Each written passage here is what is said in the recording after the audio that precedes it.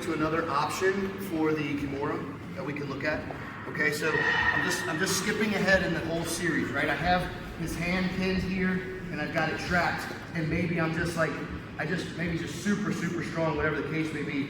So now I want to go to a one-handed grip, and I'm going to basically take the hand that's got my own wrist, and I'm going to feed it right to the meaty part of his palm, just like this. Okay, so I grab the meaty part of his palm here, and I take the hand that's free, and I'm going to go right to the hip, and I want to retract in now. I want to pull back in. I need my arm to go underneath his arm as much as possible. Out here it was too loose. I want to pull this in under his shoulder. I come to the hip, it allows me to go long, and now I just walk around. I get a one-arm Kimura. And what I'm doing in this case is I'm walking on my toes, but my own arm, again, is creating that space, that fulcrum for the Kimura. So this is a little bit tricky. This is more advanced. Some of the advanced students are going to feel this a little bit sooner than the new white belts, I understand.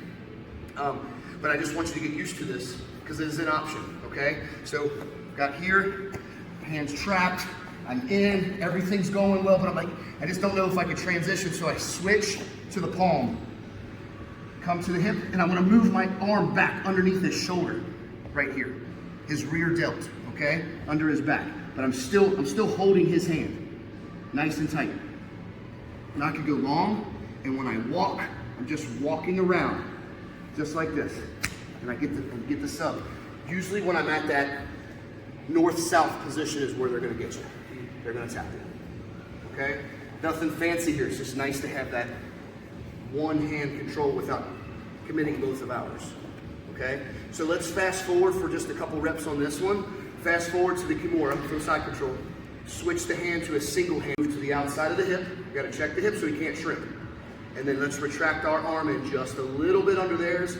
Go on your toes and walk toward the head, okay? Again, we get to that north-south position, that's usually they're gonna be their limit. That's where they're gonna tap.